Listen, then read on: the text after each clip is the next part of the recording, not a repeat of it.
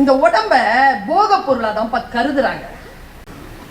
இந்த உடம்ப என்ன செய்யறதுப்பா, எப்படி பாதுகாக்கிற?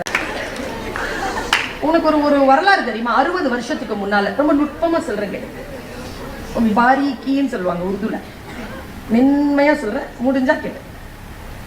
60 வருஷத்துக்கு முன்னால வரைக்கும் உனக்கு எனக்கு பிற்படுத்தப்பட்ட தாழ்த்தப்பட்ட சமூகத்தை சேர்ந்த அதிகார வர்க்கத்தில் இல்லாத உழைப்பாளர் சமூகத்தில் இருக்கக்கூடிய பெண்களுக்கு மேலாடை அணியும் வழக்கம் இல்லை. இதை நம்ம போடக்கூடாது, பிளவுஸ் போடக்கூடாது.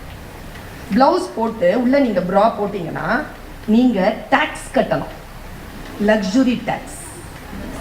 உங்களுடைய உடம்ப நீங்க கச்சை போட்டு மறைச்சிக்கணும்னா லக்ஸுரி டாக்ஸ் கட்டணும். திருவிதாங்கூர்ல ஒரு வேலைக்கார பொண்ணு கச்சை கட்டிக்கிட்டு வந்துட்டான், ப்ரா போட்டுட்டு வந்துட்டான், மேல வந்து துணி போட்டான். திருவிதாங்கூர் மகாராணி இந்த மார்பை வெட்டிட்டான். போட முடியாது, போடக்கூடாது. பாஞ்சாலிக்கு துகில் உறிஞ்சாங்க தெரியுமா? ஏன்? அடிமை பெண்கள் மேலாடை அணியும் வழக்கம் இல்லை. மேல ஆடை போட முடியாது. நாங்க வயல்ல நாத்து நடும் பொழுது முட்டி இருக்குல்ல, கால் முட்டி, அதுக்கு மேலதான் புடவை இருக்கணும். நீ குனிஞ்சி நட்டுக்கிட்டே போகணும். பின்னால இருப்பான் பண்ணையார். உன் முட்டியில இருந்து கொஞ்சம் கீழே இறங்குச்சுன்னு வச்சுக்க உன்னுடைய புடவை, இந்த பனங்கருக்கு இருக்குல்ல, பனங்கருக்கு, அதால அடிப்பாங்க கால்ல, ஏத்து புடவைய மேலன்னு. நீ உன் பிளவுஸ் போட முடியாது. மார்பை காட்டிக்கொண்டுதான் இருக்க வேண்டும். கணவன் இறந்தால் மார்பை திறந்து அதில் முலைகளில் அடித்து கொண்டுதான் நீ வர முடியும், வர வேண்டும். இப்படிப்பட்ட சூழ்நிலையில் தான் தந்தை பெரியார் ஒரு மிகப்பெரிய போராட்டத்தில் தமிழகத்தில் இருந்து தன்னை வெளிப்படுத்துகிறார். என்ன போராட்டம் என்றால் மேல்சீலை போராட்டம். இது என் உடல், நான் காட்ட மாட்டேன், நான் மறைத்து வைத்துக் கொண்டிருப்பேன்.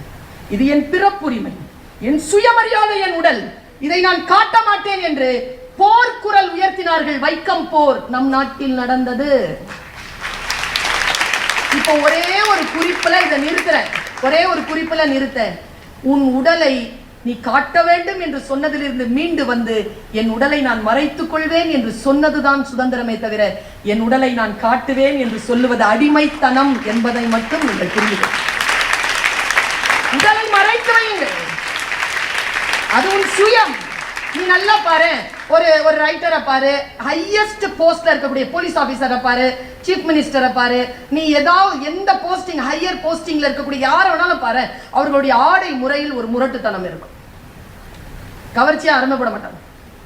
கவர்ச்சியாக ஆடை அணிவது என்பது பெண்ணிற்கு எதிராக பெண்ணே விதித்துக் கொள்ளுகின்ற அடிமை வலை என்பதனை மட்டும் என் குழந்தைகளே நீங்கள் புரிந்து கொள்ளுங்கள். நீங்க பிரியா இருக்கணுமா? உங்களுடைய உடலை நீங்கள் காட்டிக்கொள்வதில் நீங்க பிரியா இருக்கிற மாதிரி நீங்க ஃபீல் பண்றீங்களா? பாதுகாப்பாக. இந்த சூழல் பாதுகாப்பானது இல்லை. பாதுகாப்பு இங்கே மிக மிக குறைந்து கொண்டே இருக்கிறது. Just do understand your body. Just do respect it.